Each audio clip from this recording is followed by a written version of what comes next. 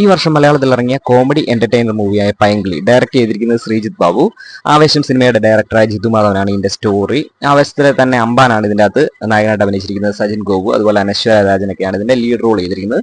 സിനിമയുടെ പ്ലോട്ട് എന്ന് പറയുന്നത് നായകൻ ലീഗലി ഒരു പ്രശ്നത്തിൽ കുടുങ്ങിയാണ്. അതിൽ നിന്ന് രക്ഷപ്പെടാൻ വേണ്ടി അവൻ മെന്റലായിട്ട് അഭിനയിക്കുകയാണ്. അതേസമയം അനശ്വരയുടെ ക്യാരക്ടർ എന്ന് പറഞ്ഞാൽ അവളുടെ വീട്ടിൽ വരുന്ന കല്യാണങ്ങളെല്ലാം മുടക്കിക്കൊണ്ടിരിക്കുകയാണ്. അങ്ങനെ ഒരു കല്യാണം മുടക്കാൻ വേണ്ടിയിട്ട് ഈ സജിൻ ഗോപുവിനെ കാണുന്ന ഇവർ തമ്മിൽ ഈ നായകന്റെ വീട്ടിൽ ഇവൾ കയറി താമസിക്കുകയാണ്. അതിനുശേഷം നടക്കുന്ന സംഭവങ്ങളൊക്കെ വെച്ച് വരുന്ന ഒരു കോമഡി മൂവിയാണ്. ഇത് സിനിമ എനിക്ക് വളരെ പ്രതീക്ഷയുണ്ടായിരുന്ന ഒരു സിനിമയാണ്. തിയേറ്ററിൽ കാണണമെന്ന് തന്നെ വിചാരിച്ചിരുന്ന സിനിമയാണ്. കാണാത്ത എന്തുകൊണ്ടും നന്നായി എന്ന് എനിക്ക് തോന്നി. കാരണം ഭയങ്കര ബോറായിട്ട് തോന്നി.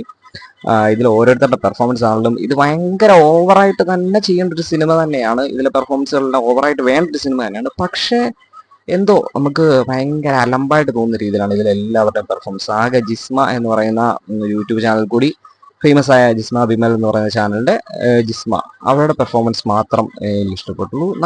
നല്ല പെർഫോമൻസ് ജിസ്മയുടെ മാത്രമേ എനിക്ക് തോന്നുള്ളൂ. ബാക്കി എല്ലാവരും ഒരുമാതിരി അലമ്പാക്കുന്ന രീതിയിലുള്ള ഒരു പെർഫോമൻസ് നമ്മൾ ആവേശത്തിൽ അമ്പാനായിട്ട് കണ്ടിട്ട് നമ്മൾ ഇതിലോട്ട് കാണുമ്പോഴത്തേക്ക് ഭയങ്കര വെറുപ്പിക്കലായിട്ട് തോന്നി.